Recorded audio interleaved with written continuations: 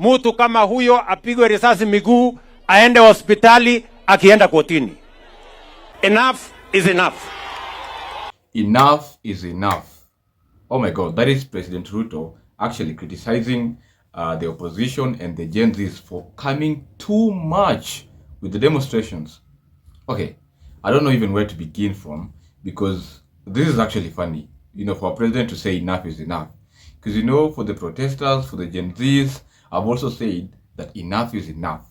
The Kenya government has to listen. President Ruto has to listen. And then Ruto is coming to tell us that enough is enough. And not just that, he has actually said the police have been given the permission now to shoot the legs of those who are protesting. I mean, no, of those who are vandalizing, or the goons. But before we even begin, okay, who even hires the goons? We've known how this game has been played and how the politicians have been trying to, you know, infiltrate the Gen Z movement and the demos, trying to, you know, hire goons. They're so good at that. And that is why these goons, they vandalize in presence of police and nothing happens. They're not the ones who are getting shot. The people who are getting shot are actually the innocent people who are not even on the street. Really sad. Anyway, guys, before we even proceed, I want you to take 3 seconds of this video to just hit on that subscribe button, and also hit on that notification bell, so that anytime we post a video, you're able to be notified.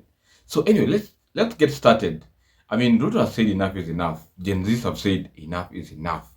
So where are we heading to as Kenya? And we know at this point, some of us are saying that we are at a point of anarchy, we are at a point of lawlessness. And the Gen Zs are saying, no, we are at a demand of justice. We are at a demand of, you know, good governance. We are at a demand of, you know, leaders who have goodwill, leaders who listen. And that is what Kenya Kwanza have failed to do. Okay, it began in 2024, June 25th. I mean, when the Gen Z said enough is enough, and they actually even invaded parliament, and President Ruto was able to listen for a while. And you know what he did? I mean, he listened and he went back to step 0, where he just began. And that is where the problem began. So these demos have been ongoing until this year. There's still no change. The government is still not listening. And the people have said that they're not going to stop. So Ruto, with the protest, I mean, now becoming more intense, has come out so strongly to say that he has gotten enough of this, because people are looting businesses, because people are losing lives.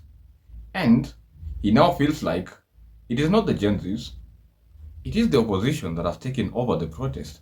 And he criticizes the kind of Rigathi Gachagua, saying that he is the one who is facilitating the demos, or, you know, the opposition, talk of Kalonzo Musyoka and other allied members who have come out so strongly to join the echoes or the voices of Gen Zs. And he has said now that enough is enough, and let them try him. He actually said that threatening his term. Okay, let's listen to what Ruto had to say about the demonstrations so far.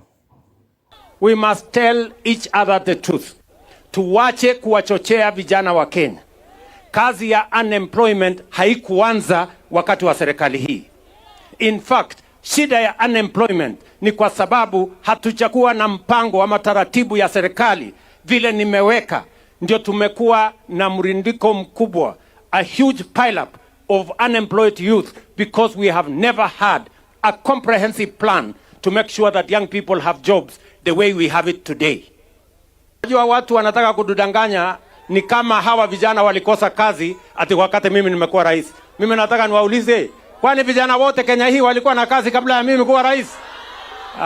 Tuache upuzi bwana. Hiyo ni upumbavu hiyo. Sijui kama tunaelewana. Tuko pamoja? Tunaelewana? So mimi nataka niwaambie viongozi hawa wa kuishiwa hapa, kwa sababu wanazunguka hapa town. Kwanza niliona ati wanasema ati sasa hawatangojea 2027 ati tupige kura. Ati wanataka kupanga fujo. Ati wapange maandamano. Ati wachome mali ya watu. ati walete maafa Kenya, ati ndio wapindue serikali ya Kenya kabla ya 2027. Mimi nataka niwaambie wajaribu. Watajua hawajui. Wajaribu. Ala, hatuwezi kuamua ati uongozi wa Kenya kupitia fujo ama kupitia vita ama kuharibu mali ya watu wengine. That is not going to happen in this country. Sijui kama tunaelewana jameni. Tuko pamoja? Wafikirie vizuri. Na mtu asini unajua wananiambia sijui nini, sijui Moi, sijui Moi. Moi alikuwa rais wa Kenya. Vile Kibaki alikuwa rais wa Kenya. Vile Uhuru alikuwa rais wa Kenya. Na kabla ya Moi kulikuwa na Kenyatta. Na baada ya Moi kulikuwa na Kibaki. Na baada ya Kibaki kulikuwa na Uhuru. Hii kisirani ni ya nini? Hapana. Hapana. Hapana, hapana. Hiyo ni upuzi. Sio kama naelewana bwana. Tuko pamoja. Hii fujo yote wananiletea. Mbona hawakuletea Kibaki? Mbona hawakuletea Uhuru? Hii madharau na kiburi ni ya nini? Hapana, hiyo mchezo tuache. Na kuna watu wanafikiria kwamba wataendesha fujo Kenya hii. Juzi wamechoma mali ya wananchi. Supermarket imeporwa. Wameharibu mali ya wananchi. Wameharibu biashara ya wananchi. Na wao ni viongozi wamechochea hiyo maneno. Wanalipa vijana kwenda choma biashara ya ule. Kwenda choma biashara ya ule. Wale wote ambao wamepatikana katika hiyo njama ya kuiba na kupora mali ya wananchi na kuchoma biashara za watu wengine watachukuliwa hatua ya sheria na wote watafungwa. Na wao viongozi wao, we are coming after you. You cannot sponsor violence in the Republic of Kenya and expect to go scot-free. Sijui kama tunaelewana. Na mimi nataka niwaambie wa Kenya. Mtu yeyote ambaye anaenda kupiga polisi, mtu yeyote anaenda kuvamia police station, that is a declaration of war in the Republic of Kenya. It is not acceptable. Sijui kama tunaelewana my friends. No, enough is enough. Haiwezi kuendelea tena. I will protect property ya wananchi wa Kenya, maisha ya wananchi wa Kenya, biashara ya wananchi wa Kenya. It is the responsibility of the government of Kenya, which I lead, that is going to make sure hii vita ya kuharibu mali na kuchoma biashara ya watu itakoma. It must stop. We cannot accept mayhem and anarchy to destroy the development we have in this country. Sasa mimi naulize watu wa hapa Kilimani. Nyumba tunajenga kama hii. Ati watu washenzi wanakuja kuwakisha moto wachome. Surely. Ni nchi tunajenga ama ni nchi tunabomoa? Alafu watu wanatuambia Kiingereza sijui siasa nini. Hapana, that will not go on. You can call me whatever names you want to call me, but I will make sure that there is peace and stability in Kenya by all means possible. Sijui kama tunaelewana my friends. Hapana, hii kuchoma mali ya wananchi itakoma. Mwananchi anahangaika miaka nyingi kutengeneza biashara yake. Mwananchi anapanga mambo yake. Alafu mtu mwanasiasa, mtu mjinga anakuja anapanga maandamano, anapanga fujo, mali ya mwananchi inaharibika, alafu wanatuambia ni siasa. Hiyo ni siasa gani? Hiyo ni siasa? Na kama wako na mpango, si tukutane 2027? Watengeneze sera yao, tukutane na hawa 2027. Njia ya mkato hapa katikati hakuna. Tumekubaliana watu wa Nairobi? Yes. Na wasikie vizuri. Wasikie vizuri. Na waelewe. Tumekubaliana Nairobi? Mnasema tuendelee na kufanya kazi?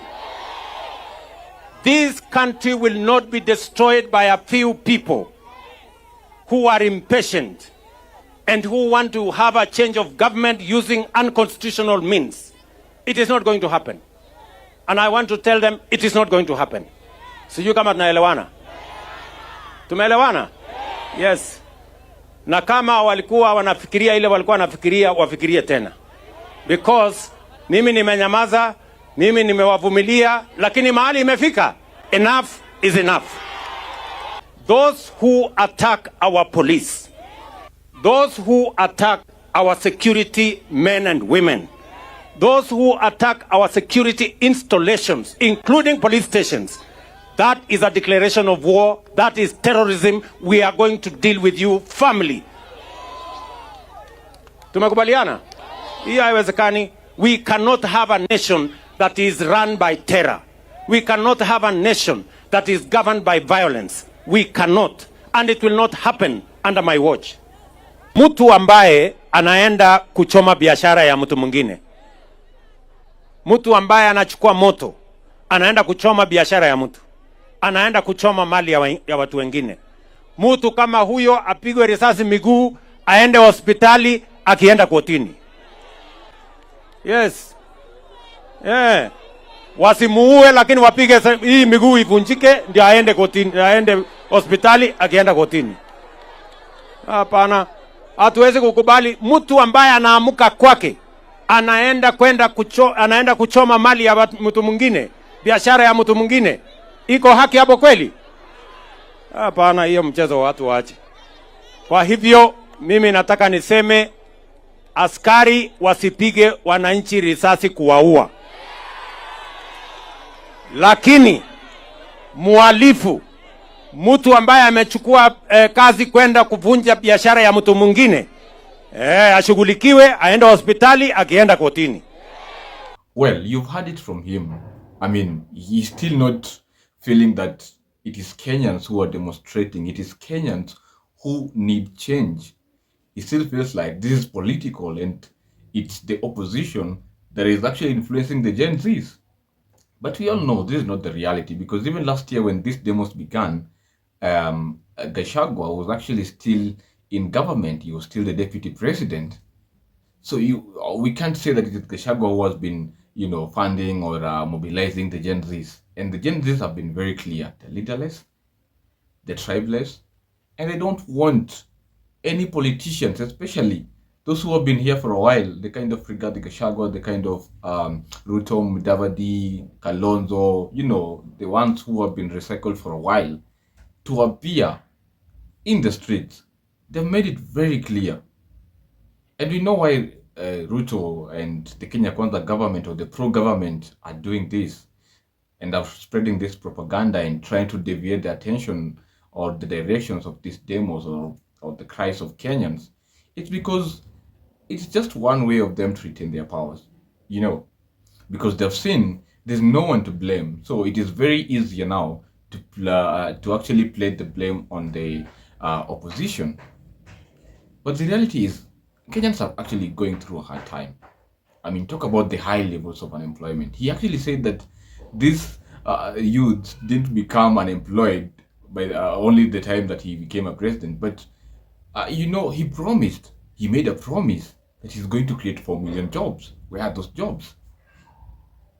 So this is why people have actually come out so strongly, because the Kenya Kwanza government has such a wonderful, wonderful manifesto. But then, what has happened? Why haven't they realized this manifesto? This is what Kenyans are asking. Okay, so Rigathi Gachagua, he's never silent. Mr. Truthful Man came out so strongly to tell Ruto that, Mr. Man, relax. We're not interested in making you, a half-term president, or overthrowing your government, or, taking you out of power. But what you're interested in is making you a wantam. I mean, kind of funny, because Gachagua and the opposition are more of like pro-wantam. They want to make Ruto wantam. But the journalists have said, if Ruto doesn't want to listen, then he has to go. I mean, let's listen to Gachagua first before he even proceed. Mr. President, nobody wants to throw you. Nobody wants to overthrow your government. Nobody wants you out of power through unconstitutional means. Mr. President, I and the people we work with are on record. We want to remove you from State House through the ballot in 2027. This narrative you are creating that there is an attempt to overthrow your government is for you to have the opportunity to use the Terrorism Act to profile communities and to persecute leaders who are opposed to your administration. Please relax. We want you to serve your one term. Nobody wants you out of government, and constitutionally, nobody has any plan to overthrow your administration, Mr. President. We want to face you on the ballot in August 2027. So just relax and stop crying wolf that anybody wants you out of office unconstitutionally. There is no leader here who is planning a coup, and none has the capacity, and nobody is interested. The leaders in this country, and indeed 95% of the Kenyan population, want to humiliate you at the ballot. They will relish that moment. None of them would want you to go out through any other method, unless, of course, you decided to resign on your own volition. So please stop creating this narrative. This narrative is to enable you to use anti-terrorism law to persecute leaders and to persecute the Kikuyu community. If you speak out online, Mr. President, you want to use the Terrorism Act to harass people. If you dare challenge your administration, you want to use the Terrorism Act to deal with people who are opposed to your administration. My fellow Kenyans, let us not be deceived. William Ruto has stripped away even the pretense of democracy. What we are witnessing is not the rule of law, but the rule of fear. This is not the behavior of a government that serves its people. This is the machinery of outright dictatorship. Well, you've heard it from Gachagua'S himself, Mr. Truthful Man, that actually what Ruto is trying to say and blaming the opposition into them holding them accountable or trying to influence the Gen Zs, that is not the reality. And Gachagua has come out so strongly to actually throw the ball back to Ruto and telling him that he knows how he has been mobilizing the goons and trying to, target the Kikuyu business or trying to make this a more of a tribal thing so that he can actually hoodwink some Kenyans who, still buy into tribalism to support him.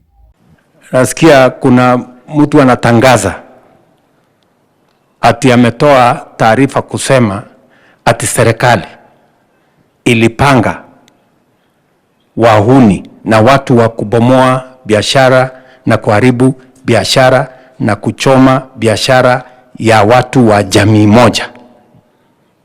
Kama huyo mtu ni mwanaume kamili, atuambie hawa watu ni kina nani. Aende aandikishe statement, aseme ni mtu fulani, ni kiongozi fulani, ni sehemu fulani. Kutangaza tu mambo ya ujinga kwa mitandao ya mambo ya siasa is unacceptable. So if any leader has information to the effect that the burning of citizens' properties in Meru, in Murang'a, in Kiambu, in Kirinyaga was orchestrated by any official in government, if you are a responsible leader, you should be able to provide that information to the public so that those behind these heinous acts can be arrested, can be taken to court and charged for criminal activity. Otherwise, if you are playing politics with businesses of people who are shedding tears because they have lost their property, they have lost their businesses, then shame on you. I mean, where do we head from this? Where do we head from this? The president is saying enough is enough. The Gen Zs and the other Kenyans are saying enough is enough. We need change. So is Kenya becoming a lawless state? I mean, are we heading to a point of where we are going to have anarchy? What is coming out? Because I don't really understand. It's more of a confused moment because people don't understand what's really going on. The politicians don't want to listen. The opposition is more of throwing blames. The Gen Zs are here trying to make their voices to be heard. So tell me in the comment section, what do you think? I mean, enough is enough. Is it for Ruto or is it for the Kenyan citizens? Who is going to win this battle? Yeah, that brings me to the end of this video. If you found this video impactful or insightful, please take 3 seconds of this video to just hit on that subscribe button and also hit on that notification bar so that anytime I do a video, you're able to be notified. Until next time, I'll see you then, hoping for a better Kenya because we Kenyans are resilient. See you then. Cheers.